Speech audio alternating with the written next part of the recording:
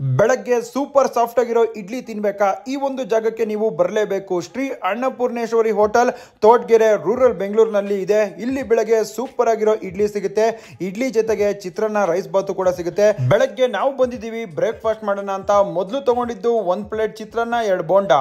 1 plate ಚಿತ್ರಾನ್ನ, 2 ಬೋಂಡಾಗೆ 40 rupees charge ಮಾಡ್ತಾರೆ. Quantity ಕೂಡ ಚೆನ್ನಾಗಿದೆ. ಬೋಂಡಾ ಚಿತ್ರಾನ್ನ ಜೊತೆಗೆ 2 ತರ ಚಟ್ನಿ ಕೂಡ ಕೊಡ್ತಾರೆ. ಬೋಂಡಾ ಕೂಡ ಚೆನ್ನಾಗಿದೆ, ಆದರೆ ಚಿತ್ರಾನ್ನ ಆವರೇಜ್ ಆಗಿತ್ತು ಅಂತ ಹೇಳ್ತೀನಿ. ನನ್ನ ಜೊತೆ ಬಂದಿದ್ದು ದೀಪು ಹಾಗೂ ಭಾರ್ಗವ್ ಪ್ರಧಾನ್. ಇಬ್ರು ಕೂಡ ಹೇಳಿದ್ರು ಚಿತ್ರಾನ್ನ ಓಕೆ ಆಗಿದೆ ಅಂತ, ಇನ್ನೂ ಕೂಡ ಇಂಪ್ರೂವ್ಮೆಂಟ್ ಮಾಡಬೇಕಾಗಿತ್ತು. ಚಿತ್ರಾನ್ನ ತಿಂದಾದ್ಮೇಲೆ ನಾವು ತಗೊಂಡಿದ್ದು ಇಡ್ಲಿ. 30 rupeesಗೆ 2 ಇಡ್ಲಿ ಕೊಡ್ತಾರೆ. ಆಲೂಗಡ್ಡೆ ಪಲ್ಯ, 2 ಚಟ್ನಿ ಕೂಡ ಇರುತ್ತೆ.